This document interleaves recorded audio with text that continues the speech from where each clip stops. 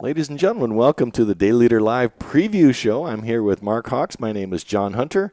We're looking forward to a Tri-Valley game this week for the Bulldogs.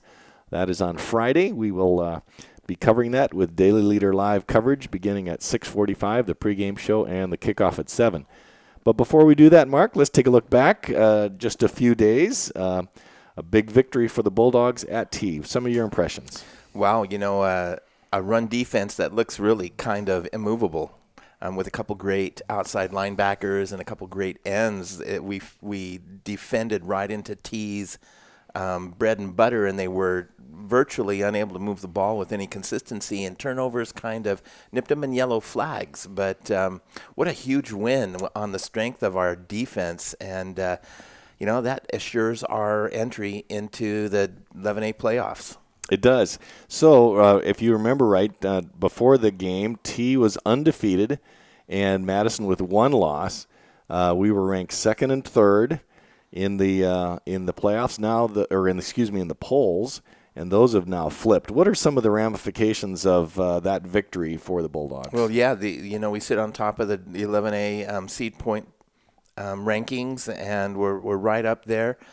And this is the time of year we like to look at those rankings, and we like to kind of see, where we might be. It's a great place to be. I think T has the best chance of moving up to play a couple strong last final games. Should they win, wouldn't be surprised to see them at the top of the rankings.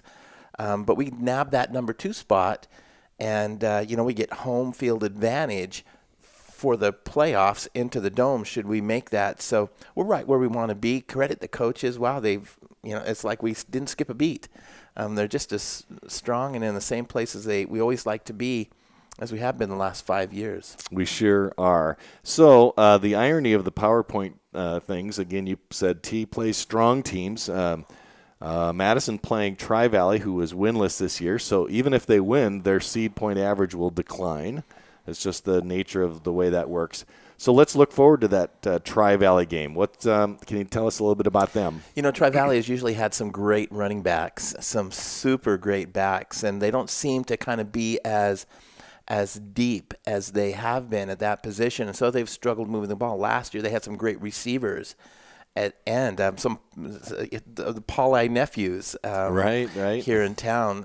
Those boys are gone, so they look to be struggling. They're 0-7. They've played a really tough schedule. They've played some really strong AA teams as a smaller AA school. To be honest, I think this is a game where we can move the ball in both phases of our game. We can defend the ball. It looks like a game that we should win on paper.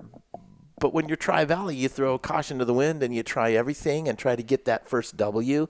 And so be ready for a kind of a desperate, kind of aggressive Tri-Valley Mustang team, and it should be good. We're looking forward to that. Of course, head coach Max Hodgen would not allow the boys to look beyond this game into another one, so he will have them well prepared. That game again on Friday night, and that will be at Trojan Field. So if you can make it up to the game, terrific. If you can't or would choose not to, we'd love to have you right here on dailyleaderlive.com. Again, 6:45 for the airtime and 7 o'clock for the kickoff. Mark, you and I will be there. Looking forward to it. Be there, John. All right. See you there. Thanks very much.